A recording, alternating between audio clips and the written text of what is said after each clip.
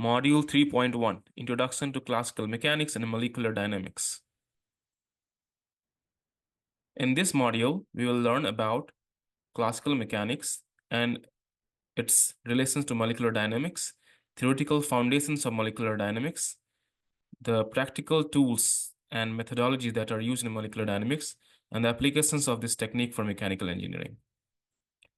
In this particular submodule, we're going to talk about fundamental principles and equations of MD, how to apply MD to solve practical problems for material design and mechanical applications, critically assess the capability and limitations of MD tools, and use MD software to perform basic simulation and interpret the results. We have seen this figure before in the quantum mechanics / density functional theory module. So there we are dealing with the Schrödinger equation. And here in this module with molecular dynamics, we'll be dealing with Newton's equations. So again, we are staying in the non-relativistic regime, and speed of light as the reference. We are staying in the regime where the particle or object's velocity is much lower than the velocity of light. And however, the mass of the object is heavier. So instead of dealing with electrons, we are dealing with atoms and so on. So what is classical mechanics? So it's based on Newton's laws, so also known as Newtonian mechanics. It studied the motion of bodies in a frame of reference, and it deals with macroscopic scales and speeds much lower than the speed of light that we showed in the previous slide. It can be used to study planetary motions, mechanical systems, and structural dynamics. What are the limitations? So it is not applicable for studying objects such as electrons, and for that we need quantum mechanics. And again, for very high speed relativistic mechanics, this cannot be used as well. So for that we need relativistic physics. However, for mechanical engineering application, this is probably the most useful tool, in my opinion, for simulating or modeling any system. So let's start with key principle of classical mechanics. You have seen this before in the earlier undergrad or grad level courses, but we will just review some of them just to brush up some basics. So let's start with Newton's laws of motion. So we have seen the first law, law of inertia, second law, law of acceleration, and third law, law of action and reaction. One of the important one is going to be law of acceleration here from molecular dynamics, which says that the acceleration of an object is proportional to the net force acting on it and inversely proportional to its mass, aka F equals to ma. And it can tell us how forces on atom will affect its motion. Another fundamental principle that's going to guide us during this modeling procedure is conservation laws, especially conservation of energy. This is probably the most fundamental principle in all physics domain. So conservation of energy states that energy cannot be created or destroyed and only transformed from one to another. So for example, if you have a system such as aluminum and which has only potential energy, now you'll try to add external force or external energy, then its kinetic energy might increase, potential energy might decrease, and so on. So, but the net energy has to remain constant. Similarly, related laws are conservation of momentum and conservation of angular momentum. So let's start with what is molecular dynamics. So this molecular dynamics is a numerical method for studying many particle systems such as molecules, cluster, even macroscopic systems such as gases, liquids, and solids.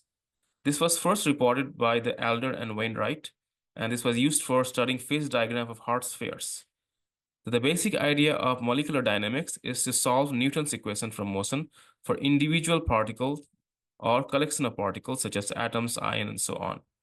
Interactions here are approximated by classical model potentials. So unlike density functional theory, where we had everything calculated from ab initio, that is from the electronic information, here we have a kind of empirical potential which is used to guide the motion of the particles. So that is why it's important to have the feedback from density functional theory to guide kind of molecular dynamic simulations. An example here I show you for tensile loading of aluminum single crystal on your right hand side. It's showing you how it deforms along 111 direction. So crystals have different planes and directions, such as 100, 110, and 111 planes. So here I'm showing you how aluminum deforms in 100 direction at very high strain rate and at temperature of 300 Kelvin.